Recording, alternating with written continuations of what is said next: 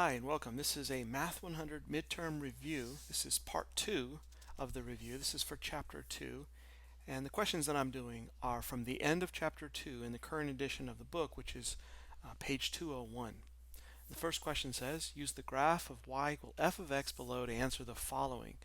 So we have a graph from a calculator that looks like a parabola, and it says below, note the x scale is 1 and the y scale is 1. That means each of those little dots represents a 1 unit. So we can count over and assume this is a 1 here, and then 2 and 3 and 4 and so on. And so estimate, part A, estimate the solutions of the equation f of x equals 0.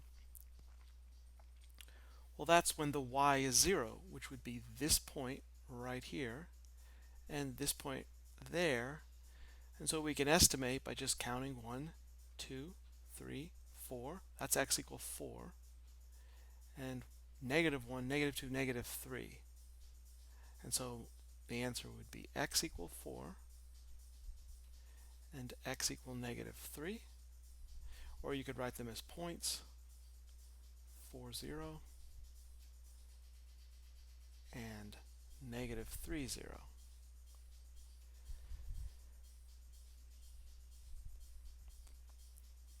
What is the domain of the function in part B? Well, I'm going to assume that it's parabola, and I'm going to assume that it goes on forever in each direction because there isn't any indication otherwise. It would be reasonable to assume that this is just a parabola that goes on forever, and therefore every x value is in the domain. You could plug larger and larger x values and still get a point somewhere up there, higher and higher on the curve.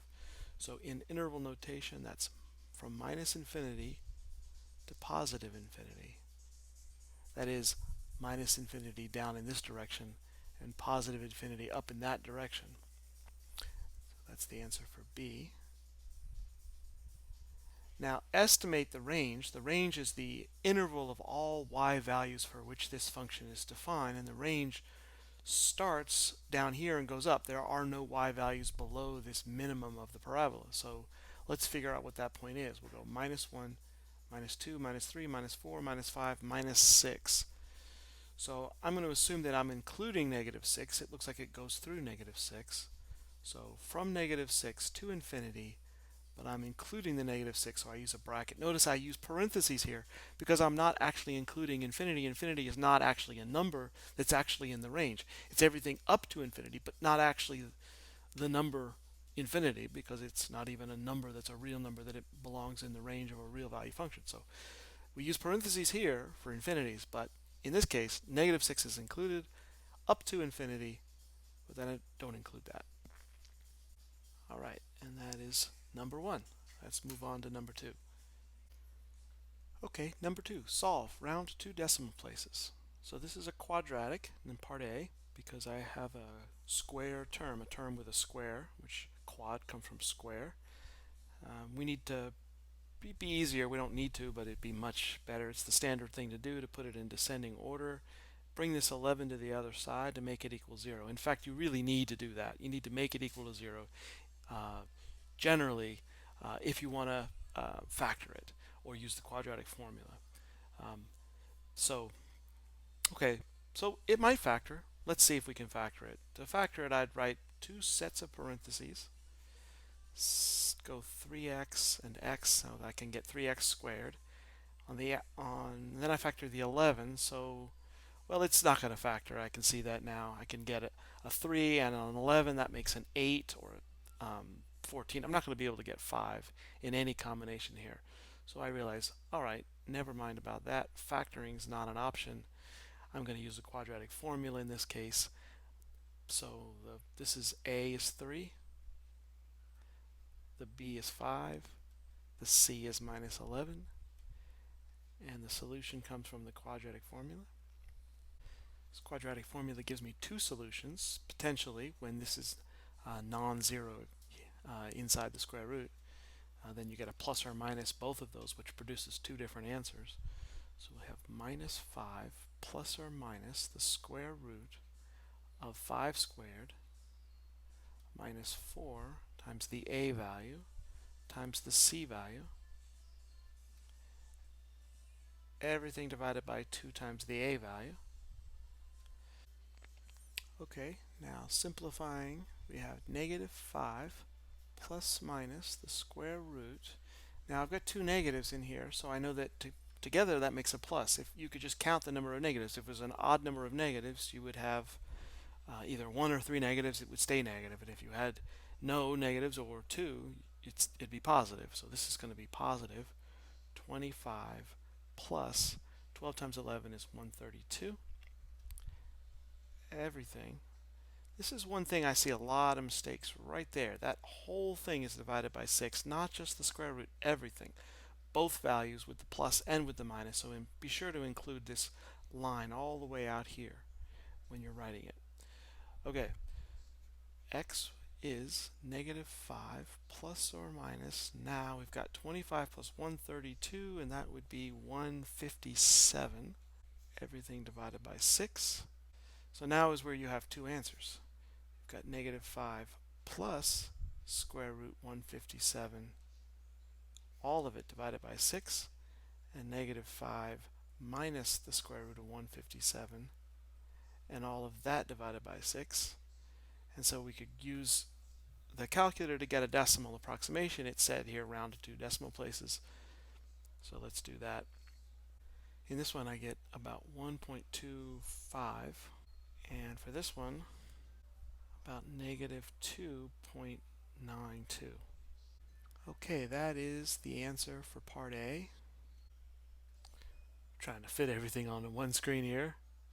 Now the way I do this one is differently than I did here. I don't need to use a quadratic formula for part B because I already have this perfect square right here.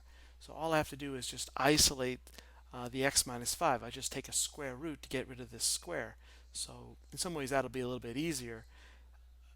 I could multiply this out and use the quadratic formula. You could always use a quadratic formula, but it'd be really quicker to just do this. We'll go x minus 5. See, if you've got a square that you can isolate, then you just isolate that square on one side. So I would subtract 7 from both sides of the equation to isolate that square, and then use what's called the square root property to take a square root of both sides. But when you do that, you have to write the plus or minus with the square root. Because either plus or minus, when squared, produces the same result. So x minus 5 is plus or minus the square root of negative 7. The square root of a negative is written with the complex number I, or the imaginary number I. So we'll write x minus 5 is plus or minus I square root 7. And then we can isolate the x. And you can write the answer that way, but you can also write it as two numbers. Realize that the plus or minus indicates two different answers. Now I could also put square root of 7 times I, but just to make sure that it's clear that the I is not under the square root, it's also written in front just to make that clear. Okay, that's the end of number 2. Moving along here to number 3. Factor each completely, part A. Well, this is a cube here, and you think 2 cubed is 8, and 125, that's actually 5 cubed. This is a difference of cubes, and I'm going to use a difference of cubes formula. A difference of cubes factors always in this way. This is something we just memorize.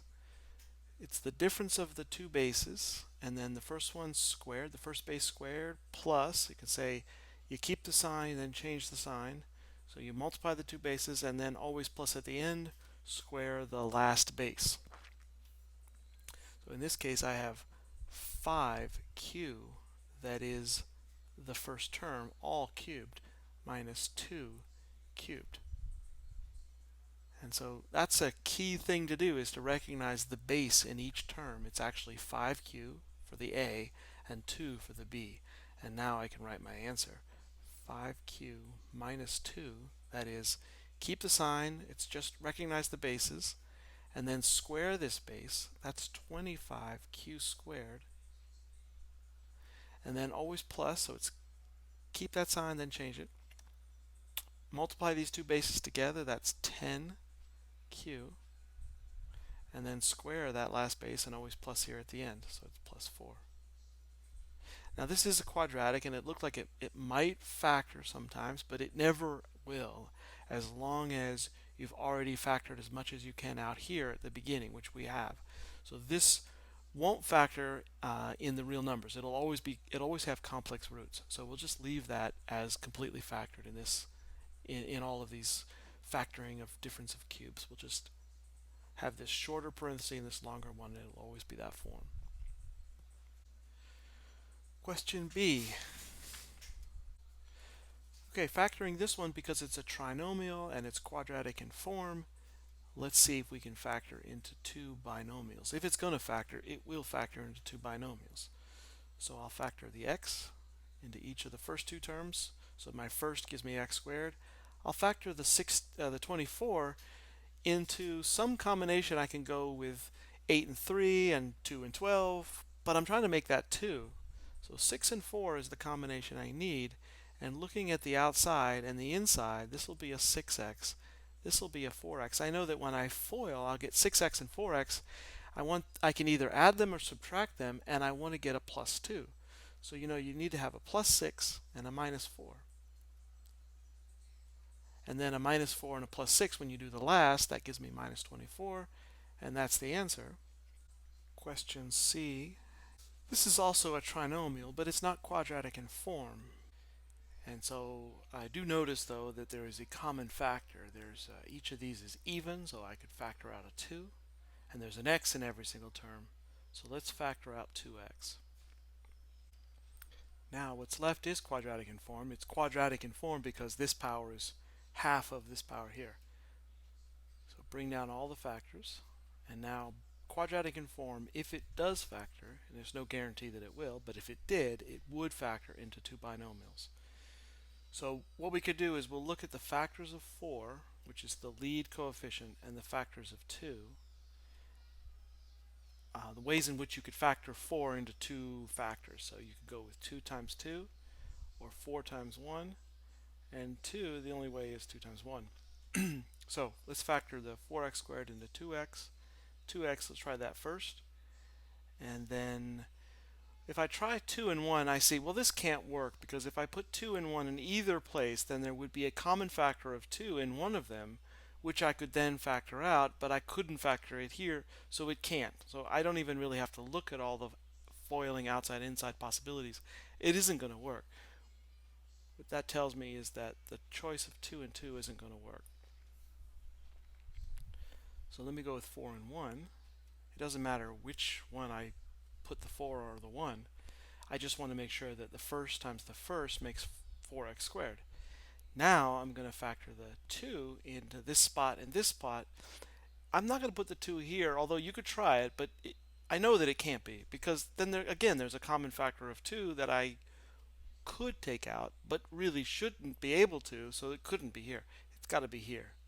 Now looking at the outside, this is an 8x. And the inside, that's a 1x. And then you can add and subtract these. If you add them, it's 9. So you could get a plus or minus 9x. If you subtract them, you get a 7. And so you could get a plus or minus 7x. Of course, what I want is a minus 7x. To make that happen, I'll make a minus 8 and a plus 1. Plus here, minus there. So that's it. All right, and so here is the completely factored answer. We would normally not write the 1x and just write it as x. Of course, the x minus 2 could be your factor here. These two factors could be switched, and they would be absolutely completely equivalent and correct either way. All right, that's C.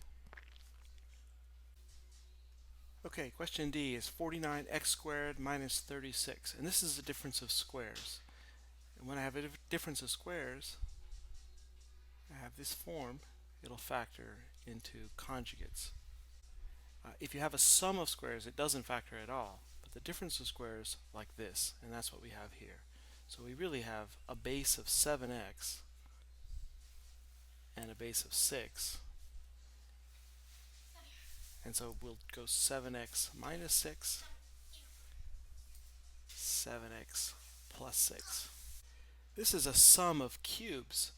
A sum of cubes does factor. Sum and difference of cubes both factor. Only the difference of squares factors. Again, you need to recognize the base and you need to know the basic factoring form or formula or pattern. So a sum of cubes looks like this, and it'll factor into the sum of those bases and then a squared minus ab plus b squared. You can sort of remember a little pattern that you keep the sign and then you change the sign, and otherwise it's the same with a cubed minus b cubed. You see, look at the base, keep the sign, and then the first base squared, change the sign, multiply the bases, always plus at the end. A squared plus ab plus b squared is a similar pattern here. A squared minus ab plus b squared. So there's a lot of patterns there to sort of help to make it easier to remember. In this case, you have to recognize what is the base a and what is the base b. I have 3x all cubed is the same as 27x cubed, and 1 cubed is 1. So you just write the base, 3x plus each base, keep the sign, 3x plus 1, square that entire base, so that's 9x squared, minus, change the sign, multiply the bases, always plus here at the end, this base squared, which is still 1. And that's E. Finally, question F. So this actually does have a common factor in every single term. There is an x in every single term. I don't see, this is not even, so I don't have a 2 in every term. I don't have any factors, any constant factors in every term, but there's an x in every term, so that'll be the first step. Factor out the common factor of every term. And then sometimes when you have 4 terms, you can look for groups that you could factor each group. So this ratio here, this 2 to 3 ratio, may be the same as this 8 to 12 ratio. Let's see. Copy the factor of x, and then I'm going to make a large group, and in that large group of these 4 terms, I'm going to factor this first 2 and factor these second 2. I can factor out x squared from the first 2, get 2x plus 3, and then from the second 2 we could factor out a 4. Both of them are negative, so I can factor out a negative 4. That'll leave me a 2x, and I'm looking for a plus 3 to make it the same, and sure enough, if I distribute that negative 4, it would be the same as above. So that's it. So now I have a repeating factor of 2x plus 3 in each of these 2 terms separated by this minus. So that's what I'm going to factor out, the 2x plus 3 next. X, factor out the 2x plus 3, kind of dropping the big square bracket because once this is factored out, then what's left is the x squared minus 4, which itself is a difference of squares, so I got one last step. Okay, and there's the completely factored form of that polynomial in question F.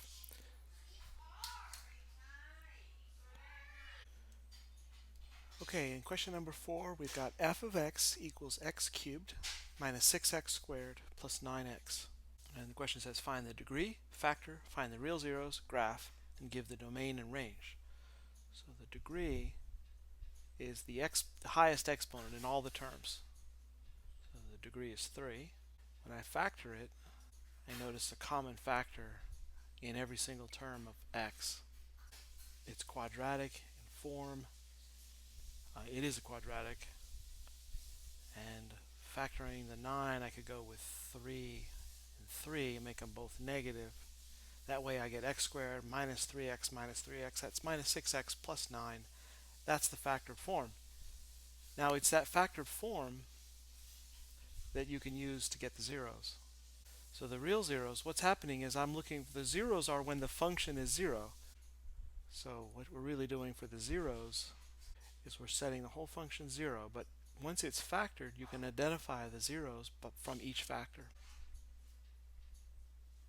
that x equals 0. You see, the thing is that any one of these factors could be 0, and if it were 0, then the whole thing would be 0 because of this principle of multiplication with 0, that 0 times anything is 0.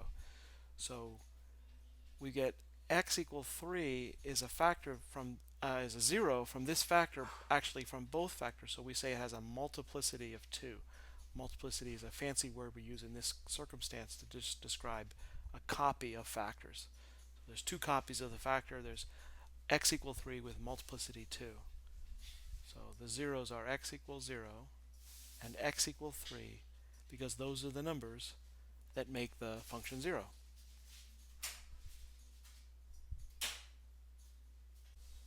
Now when it comes to the graph, I can use the zeros and the y-intercept. And I also use the multiplicity of those zeros. So I have a 0 at x equals 0. This is my x-axis, y-axis.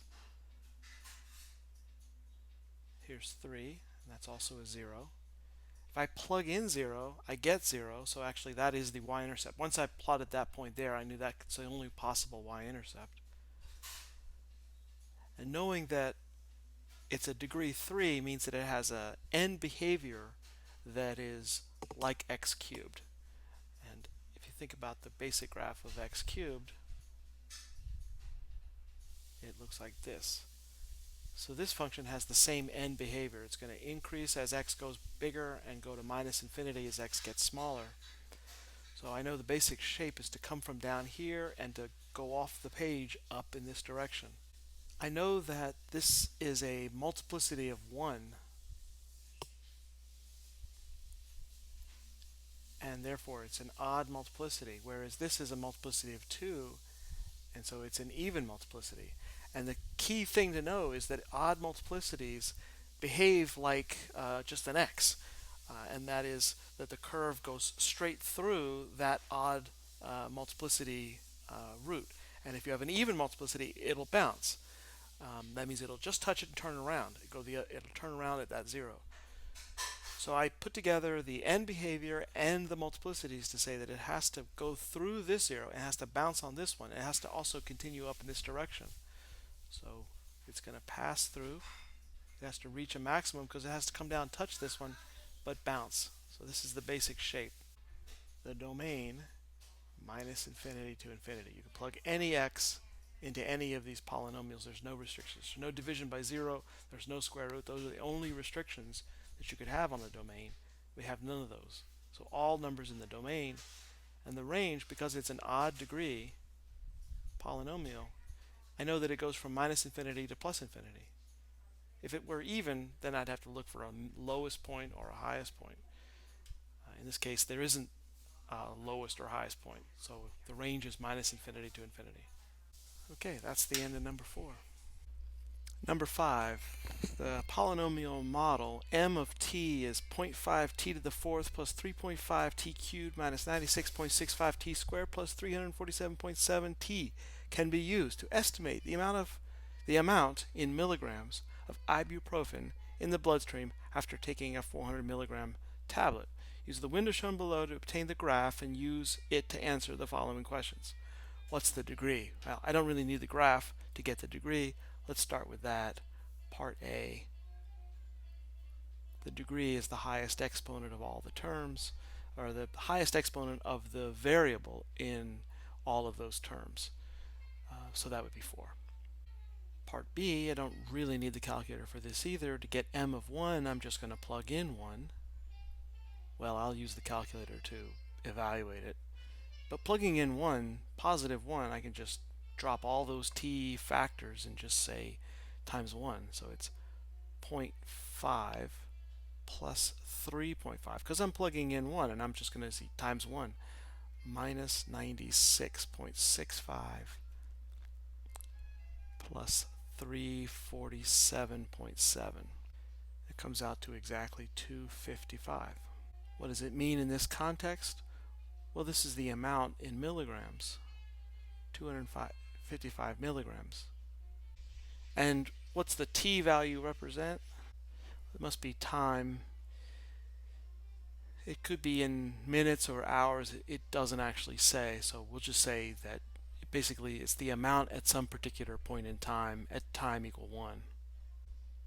All right, so now let's see if we can type in this function into the calculator. I finally got a TI-84 emulator standalone. So let's go to the Y editor, type in the function 0.5, use x for, in the Y editor. So x to the 4th power plus 3.45 x to the power 3.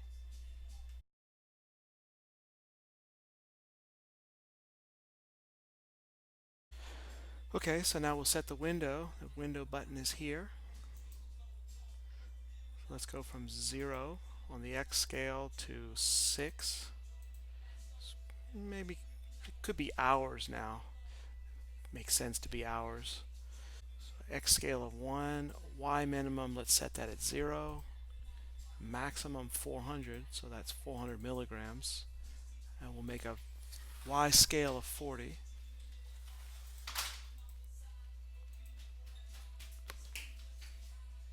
And take a look at the graph. It goes up and drops off.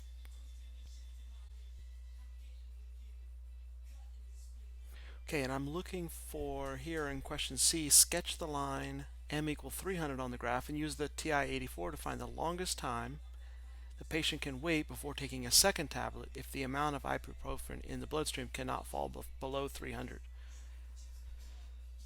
So we'll graph that y equal 300 line by just typing in another line here, 300. So I guess you take the tablet and the amount goes up in the bloodstream, and then it's going to drop below 300 at about this point here. And so if you want to take another one so that it doesn't drop below 300, you're looking for this point in time. That looks like 1, 2, 3, about 3 hours. Let's check actually on the calculator really accurate by doing this second and then calc. So hit second, calc, and then we'll look for an intersection, number 5. So you can scroll down or hit 5. So the first curve, I'm verifying that, yeah, that's the first curve that I want to analyze. The second curve, yep, that's the second curve that I want it to analyze. And then a guess for the point where they intersect, it's about there. Hit enter. And then it says 3.078. Yeah, so if I'm going to round off to 2 decimal places, I would say 3.08 hours. So use the TI-84 to find the longest time accurate to 2 places that a patient could wait before taking a second tablet if you don't want to go below 300. So T equals 3.08. We'll say that's in hours. And this is time T equal 1 hour. So all this is just assuming that T is time in hours. Didn't explicitly say that, but that's what we can gather by also looking at the answer in the back of the book, that it's interpreted as hours, even though it didn't actually say that in the question. All right, let's move on. All right, let's look at number 6. Suppose that a rocket is launched straight up into the air with an initial speed of 156 meters per second from an initial height of 112 meters above the level ground. The relationship between the elapsed time, t, and the height of the rocket, h, can be modeled by the function given here, h of t. Question A, find the vertex of the height function and interpret its meaning. So for part A, for the vertex, remember the vertex is actually a point. It has 2 coordinates. It has an independent variable and a dependent variable coordinate. That would be often the x and the y. In this case, it's a t value, the time, and an h value, the height at that time. So in order to find the vertex, you can always first find the independent variable where it's located, where the vertex is located, and then use that value, plug it into the function to get the dependent variable, the y value here, the h value, at that particular point where the vertex occurs. So there's a formula, negative b over 2a, that I always use every time to locate the vertex. This is the sort of the horizontal point, where the vertex occurs. And so the minus b, so negative 156 over 2 times the a, and this comes out to be 15.9. And that's the time in seconds when the vertex occurs, when the maximum occurs. You see, I know that it's starting with a negative and it's a quadratic expression, so its shape is a parabola, and because of the negative, it's opening down. If it started with a negative, it frowns. If it starts with a positive on the quadratic term, it smiles. This one's starting with a negative. It's frowning, and that's where the vertex is here, and it's a max. If it had started with a positive, the vertex, it's a turning point in the curve. In this case, it's a minimum if it's opening up. So we know that at time 15.9 seconds, it reaches a maximum, and we can find that maximum simply by plugging in that time and finding the height at that time. So h at 15.9.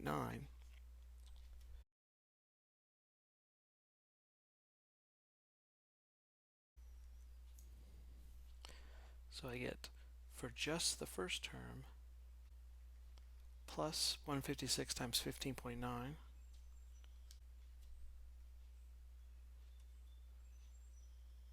And now adding all those with the 112, we get, so I know that at 1353.6 meters, that's the maximum height. That's where the vertex is. And so this is 15.9 for the first coordinate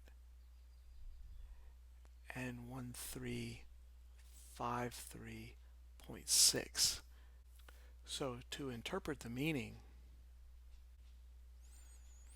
it means at time t equal 15.9 seconds, the rocket reaches its maximum height of 1,353.6 meters. Okay, now moving on to part B, find the h-intercept of the function and interpret the meaning. The h-intercept is when t is 0. Any intercept, you make the other variable 0 and simplify or solve. In this case, it's just simplify when I make t 0. Part B, h-intercept, I make t 0. So that's the height at time 0. These terms are all 0, and so we get 112, and that's the height in meters. And so the meaning of the h-intercept is, of course, we knew that the initial height was 112 meters from the actual question, but you can see this model agrees with that information that was given in the question. Okay, continuing with number 6, we are given this height function in part C. Find the t-intercepts, interpret the meaning. It's unlikely that this would factor. I'm not even going to try. I'm going to go right to the quadratic formula, and rather than x, we're dealing with t. So we'll have t is minus b plus or minus square root b squared minus 4ac everything divided by 2a. So a is negative 4.9, the b is 156, c is 112. Plugging those in,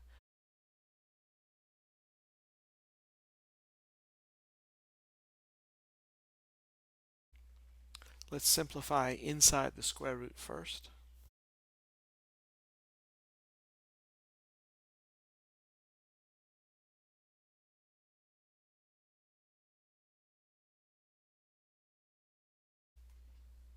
Now adding together the two terms inside the square root.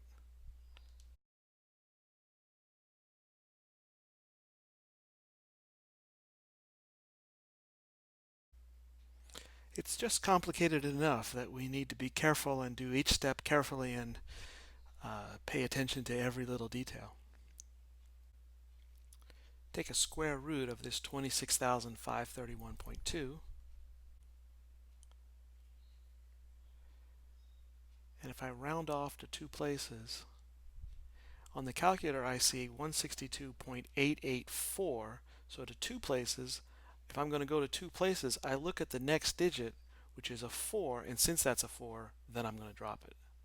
If it had been a 5 or higher, I would round up, of course, to 8.89. This process of writing it successively one step after another is really an important part of doing math carefully and accurately, to take the time to write out each step avoids mistakes. It makes a big difference in whether you're successful or not. Now I've got two answers, so I'll write it once with a plus and once with a minus. I've always had two answers. It's just that now I can actually combine these two terms on the top because I've got rid of the square root.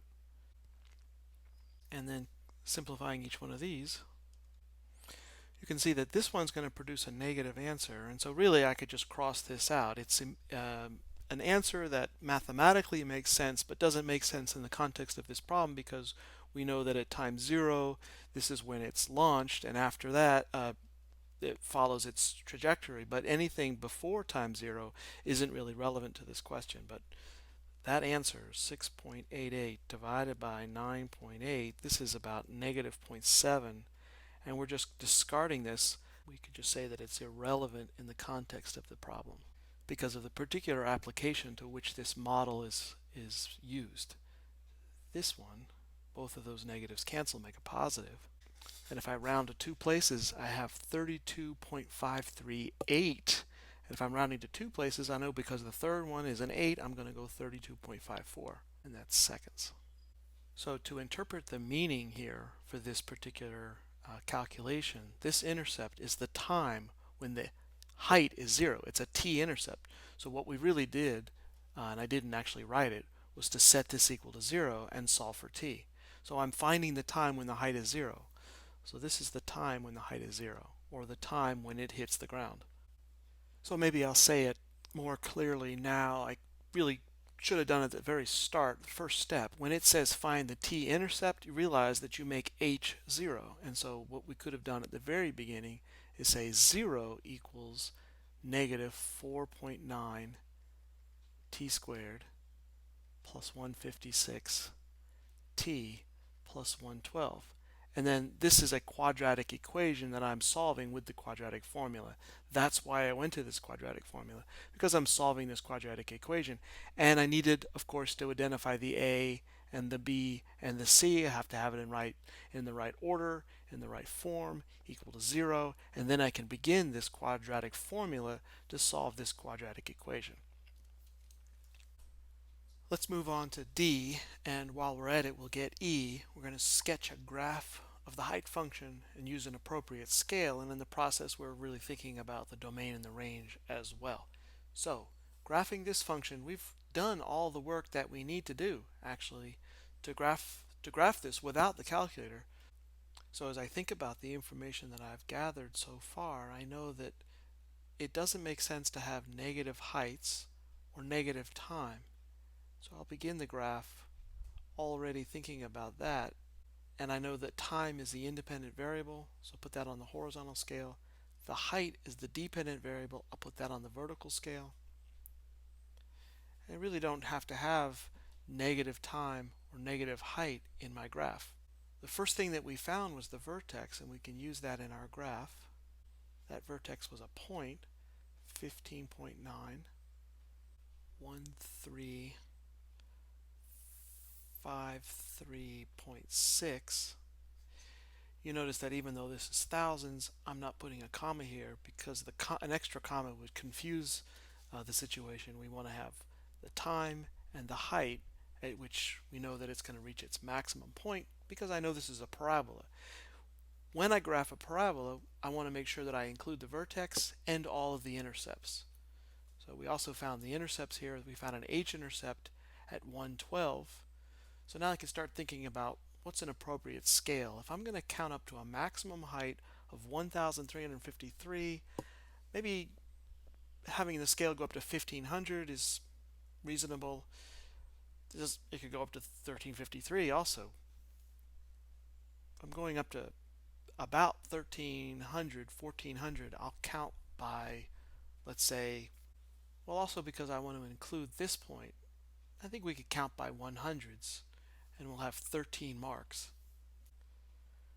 One thing I like to do is that if I'm going to go to 1,300, I want to have one more mark beyond the sort of limit of the largest value, right? And as I was doing this, I realized that I have graph paper here, and I wasn't even really paying attention to the fact that I'm doing this on graph paper. So I wasn't even really using the marks in the graph paper that's here. I was just trying to keep equal spacing for my dashes. each of these representing 100. Now, it might get a little bit messy if I try to fit in the numbers into every one of these marks, so I could do a few of them. Now, on this scale, I'm not going to be able to graph that precise, obviously. I know that at time 0, I have an intercept of 1/12, so I'll put that point first. Now, as far as the vertex, thinking about the horizontal scale, I know that the vertex occurs at about 16 seconds. So either I could count time by fives or some other value. If I look at the t-intercepts, what t-intercepts do I have?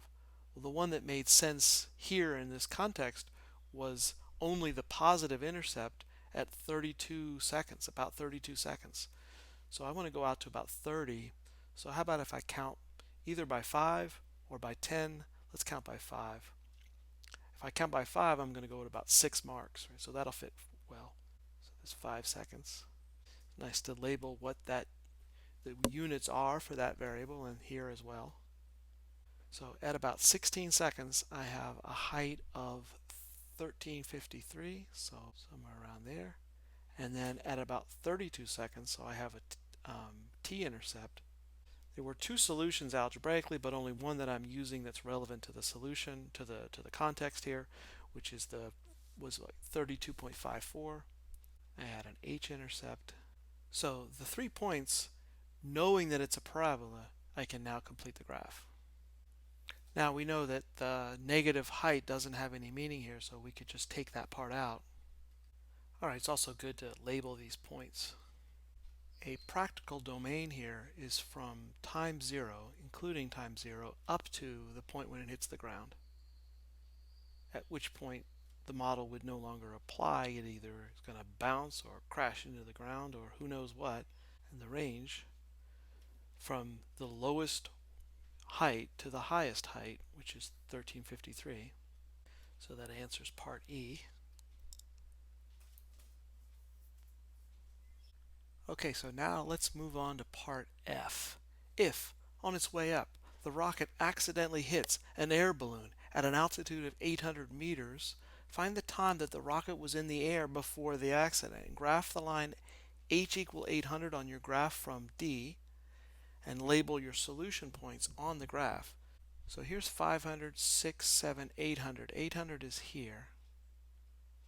If I graph the line h equals 800, that line is a horizontal line, all the points where h is 800.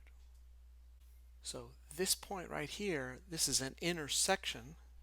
This is an intercept here, but we're looking at an intersection of two graphs, or two curves.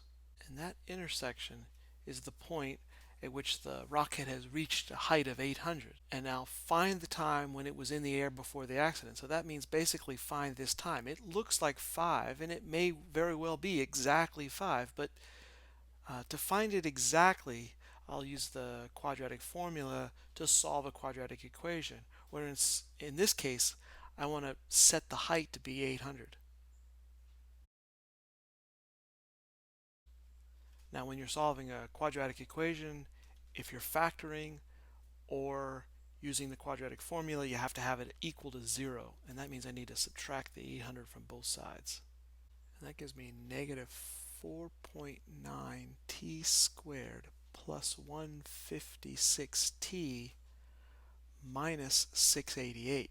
And now I can use the quadratic formula to solve this particular quadratic equation, which was equivalent to this equation, which will tell me the times when the height is 800. There's actually going to be two solutions. I'll also get this one, but I know that it hit on the way up, so I'm only going to use the first lower value of the two solutions that I get from the quadratic formula. The t would be minus the b value plus minus square root the b value squared minus 4 times the a value times the c value, in this case negative 688. Everything divided by 2 times the a value. Be very careful about the signs in here. You notice that I have 3 negatives, so it's really going to be a subtraction. I'm getting the square root inside of 1088. 851.2 roughly, and then all of that is going to be divided by negative 9.8. So now the square root of 10,851, and this gives me two solutions, so let's simplify that. So I can already see this is my answer. This one is the other point, which is not really answering specifically the question that I'm after here. It's around 26 seconds, which does agree not exactly with the picture, but I'm sure my picture is not, it's clearly not perfect. So that is the answer that we're looking for. It says, if on the way up the rocket accidentally hits an air balloon at an altitude of 800 meters, find the time that the rocket was in the air before the accident. So that would be about 5.23 seconds. Graph the line h equal 800 on the graph and label your solution points on your graph. Well, this is 5.23 comma 800.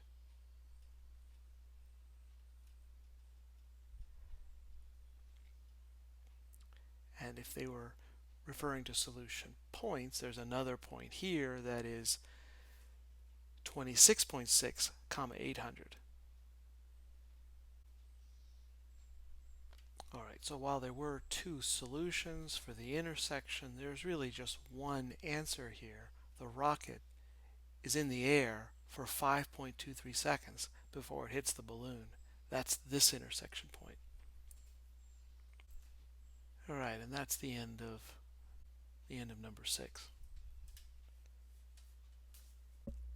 Okay, question 7. The length of a pendulum is directly proportional to the square of the time it takes for the pendulum to make one complete swing forward and backwards. Part A. If a 35-inch long pendulum takes about 6 seconds to swing through one complete cycle, find the model that relates the length of the pendulum to the time period of the pendulum.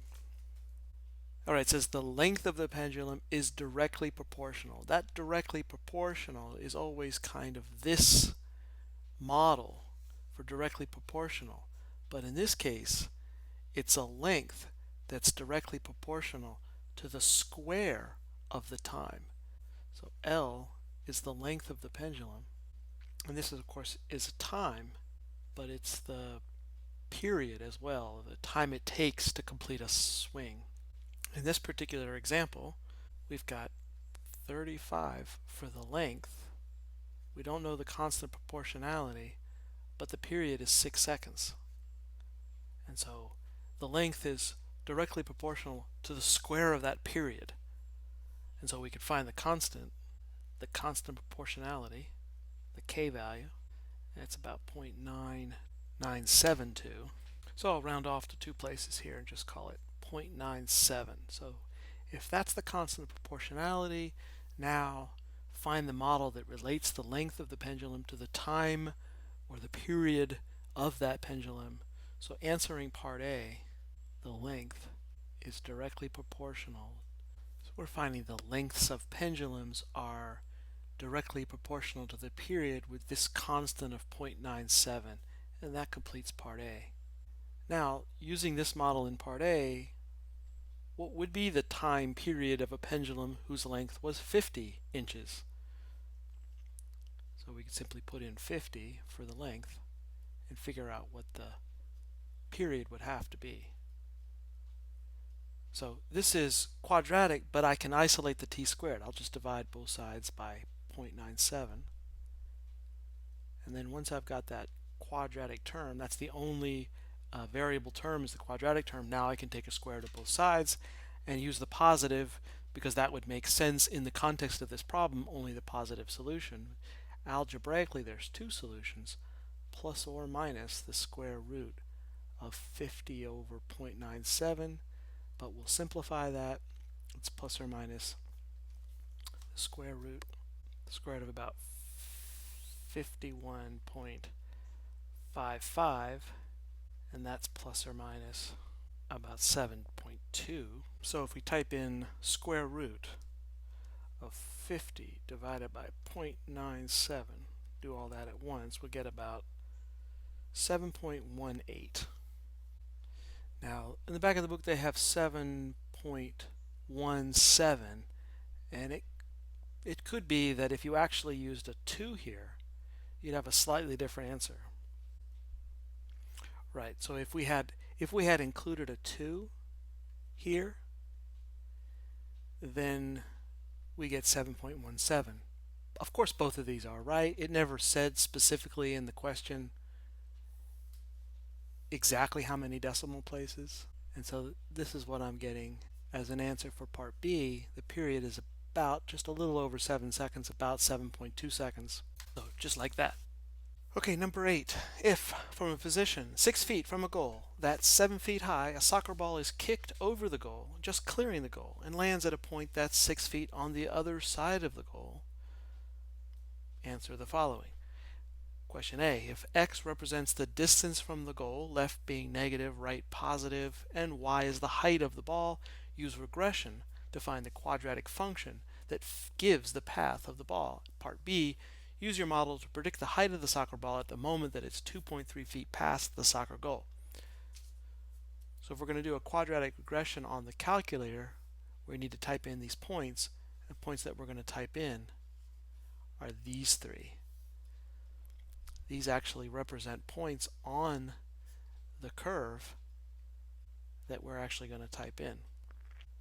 So we're coming up with some quadratic that goes through those 3 points. I can expect the A to be negative because it's opening down. The B and the C, we'll just have to see what those turn out to be. Actually, I know that when I plug in 0, I get 7. So I can expect the C to be 7 as well. Let's see what the calculator produces. Okay, so I've got my calculator here, and to do the regression, I'm going to go to the Stat button and Edit. And in L1, I type in the x values. In the y column, I type in L2, I type in the y values. Okay, from there, you can just hit the Stat button again to go back to now do a calculation with that data. The calculation I want to do is a quadratic regression. You can scroll down, or you can just type in 5 and then hit enter, and you can just hit enter now, and I have the answer that I need. It's rounding off, let's say 1.94 x squared 0x plus 7, and that's the function that goes through those 3 points. Now we can either write that down like I just did and then type it in the y editor if you wanted to. You really don't have to. I mean, at this point I can now answer B by just plugging in 2.3, but I think it's also kind of neat to see, because of other things that come later and other things you could do with this, that if I did stat calc quadratic regression, but rather than hitting enter, type in the arguments again, L1, L2, and Y1,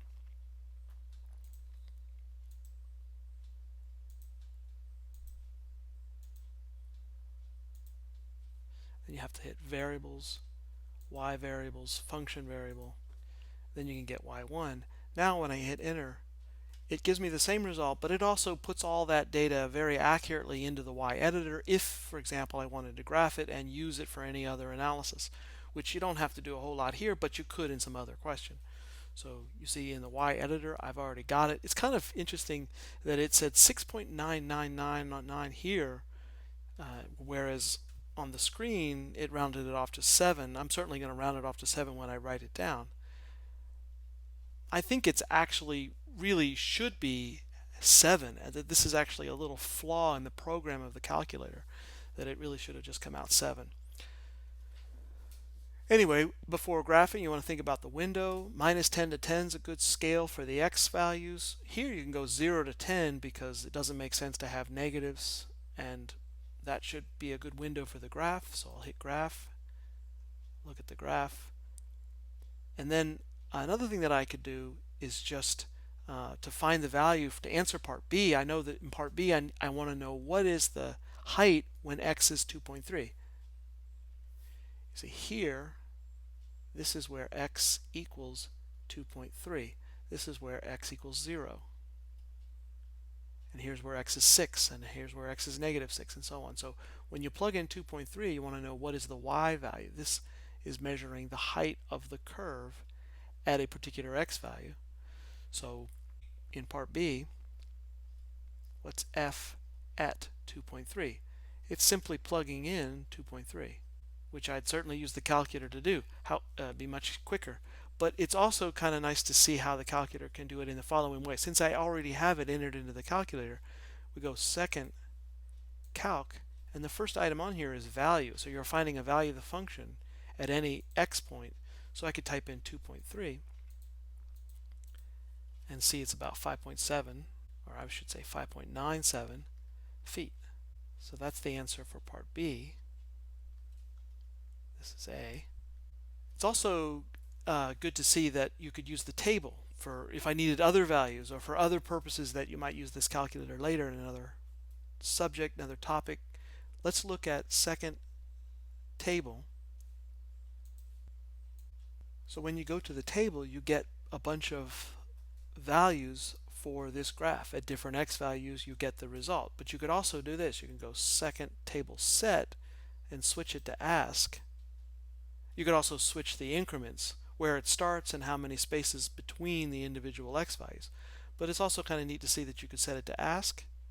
If I set it to ask and go back to the table, now it's an empty table and I could plug in any value, for example -6. I get 0. I'm basically going to produce this table here. I could plug in 0, get 7. If I plug in 6, I get 0. And if I want to know what happens at 2.3 or any other point, I could type those in.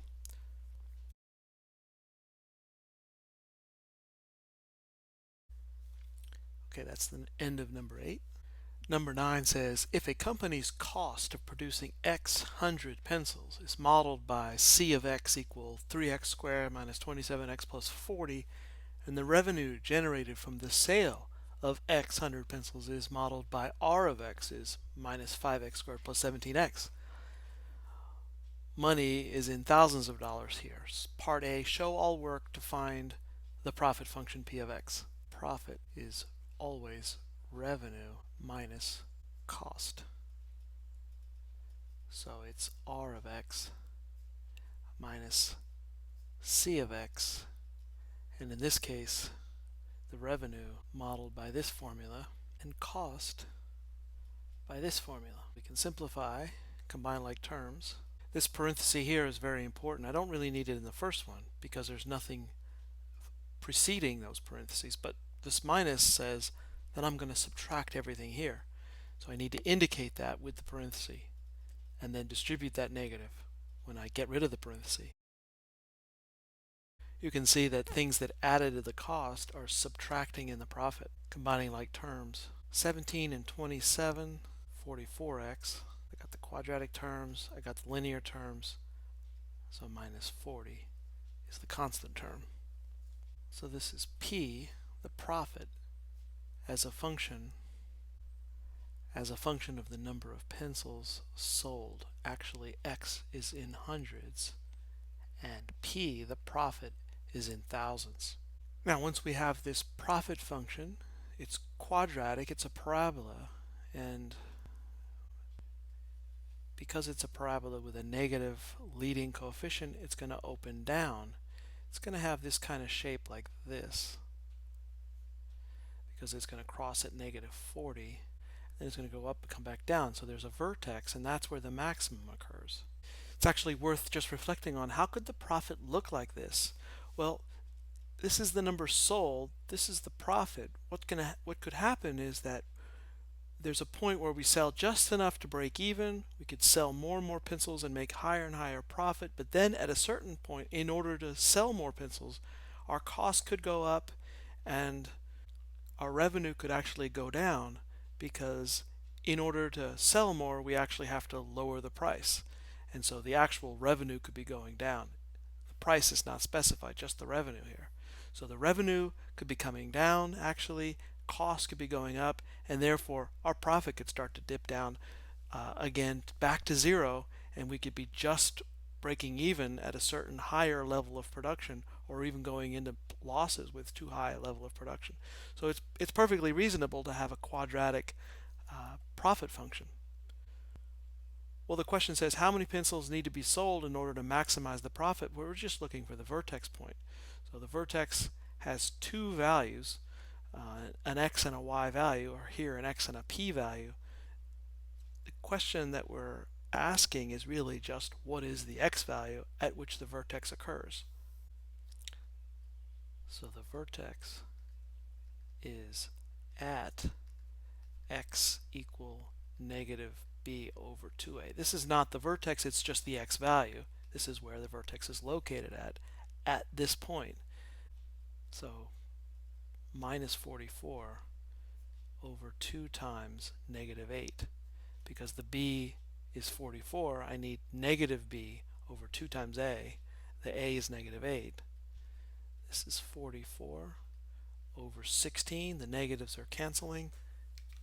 About 2.75. That's not 2.75 pencils.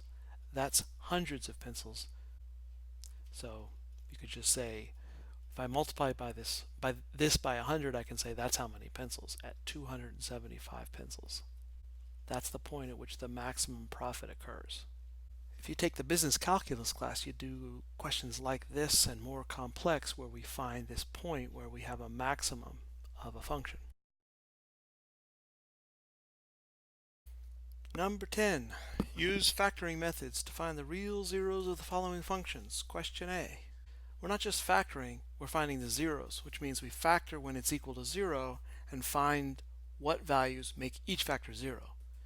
27x to the third minus 64. Set it equal to 0 to find the zeros and then factor. This is a difference of cubes. Be careful what each base is. Once you identify the base, you can use this form a cubed minus b cubed, a minus b, a squared plus ab plus b squared. Just to compare the sum of cubes, look at my keep the sign, change the sign pattern, and this square, multiply the bases, square pattern. In this case, a difference of squares, 3x minus 4, 9x squared. Change the sign, multiply the bases, square the last term, always plus at the end. It says real zeros. This has complex zeros. It always will. It always will as long as there weren't extra factors of x that you didn't take out at the beginning. In this case, there are no factors of x that we could factor out, so this has complex zeros. The only real zeros come from this guy. 3x minus 4 equal to 0, and when you solve for x, you get 4 divided by 3. So that is the only real zero. There are two complex zeros that we're not going to list. You could find them with the quadratic formula. Question B, x to the third minus 125. Set it equal to 0 to find the real zeros. Again, it's a difference of cubes. It's x cubed minus 5 cubed. So we'll factor it. And at that point, I can see 5 is the only real zero. But just to complete the factoring, this will be plus 5x plus 25. The roots of this are complex, and here it's just x minus 5 equals 0, x equals 5. Another way of doing this one, because we had the root, well, we could have done it in both of these. You could just isolate the root. You can't do it in C, but in this one I could say x cubed equals 125. X would be the cube root of 125. X equals 5. That works. It's obviously much faster. Didn't think about it until just now. In part A, I could have done the same thing because it's just the difference of cubes. And so the faster way of doing it is just isolating the cube. It would look like this. And then we take a cube root, and we can get 4/3 that way. So those were perhaps faster, but they only work when you have the difference of cubes, no other quadratic term, linear term like I have here in question C. So let's move on to that one. For question C, set the whole thing equal to 0 and look for any common factors in every single term. This has only 5 as a factor, which is not a factor of these guys, so there isn't a common factor in every single term. But the fact that it's 4 terms, we'll look for a way of grouping, and certainly there's a chance. Let's see if we can divide this 175. Of course, we can divide that by 25. So there's a factor in both of these, 25x squared. That leaves me x plus, and then 175 divided by 25. Let's see, 4 makes 100, 3 more, so that's 7. And then in this group, I have a negative 4. What I'm going to try to do, I'm thinking that I need to get another x plus 7 because in the grouping process, I need to get that repeated factor that I can then factor out at the end. So you want to actually take out negative 4 so that you get the x plus 7 that we already have here. And if you didn't have that repeating factor, then it wasn't working by grouping. And there are other techniques that we learned in the pre-calculus class. But here, grouping should work when you have 4 terms. So then you can factor out the x plus 7.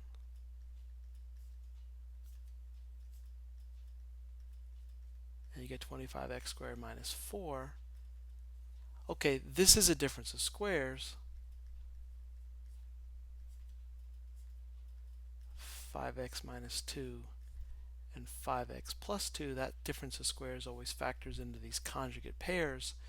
Now, with those factors, I can identify the roots, or the zeros. By the way, this exact same process is the process of solving a characteristic equation to solve higher order linear differential equations. Exactly the same process that I'm doing here.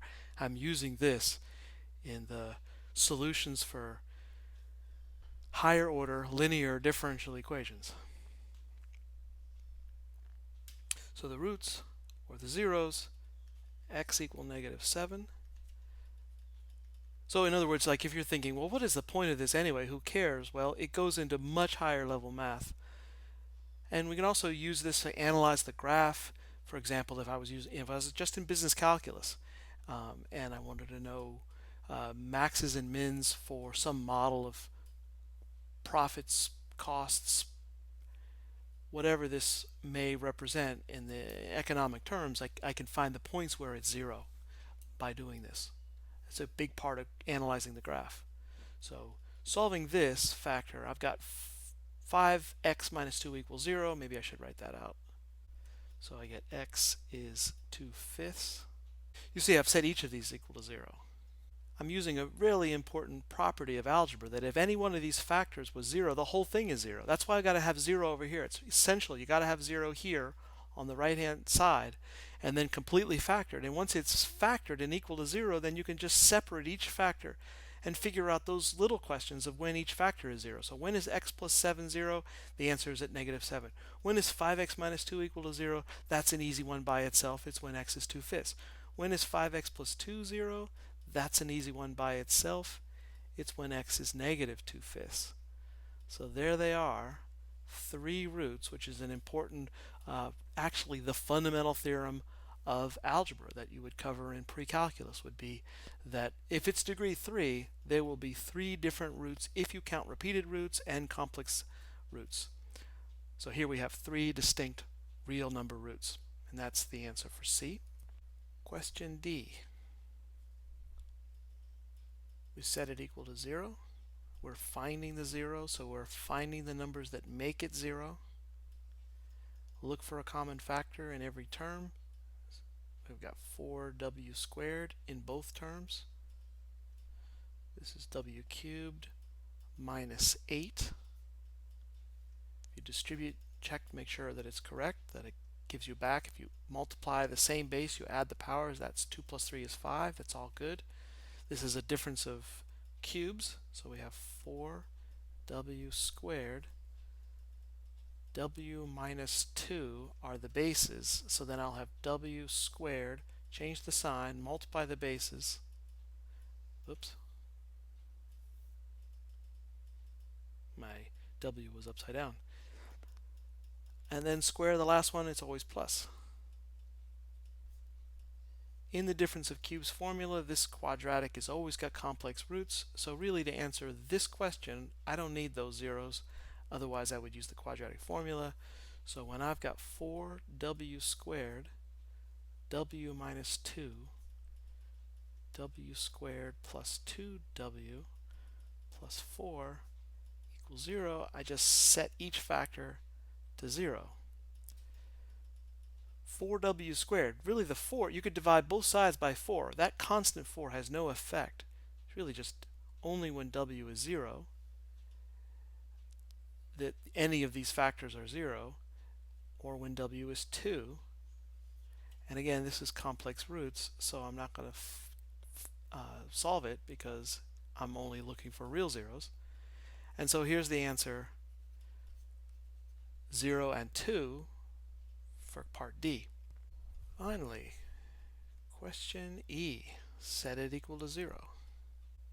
Look for a common factor. How about a 4w squared in this first group? So I'll have w minus 8. And then I need that w minus 8 to come up again, so I'll factor out, you can factor out a minus 9. And you'll get w minus 8, and just confirm that it's correct. If you distribute back, you get negative 9w plus 72. All that looks good. Now you've got this repeating w minus 8 that you can factor out. And there's a 4w squared minus 9. And that's a difference of squares. So I can factor that difference of squares and then use the principle of zero products, that I can just look for the values that make each factor 0. So w equal 8.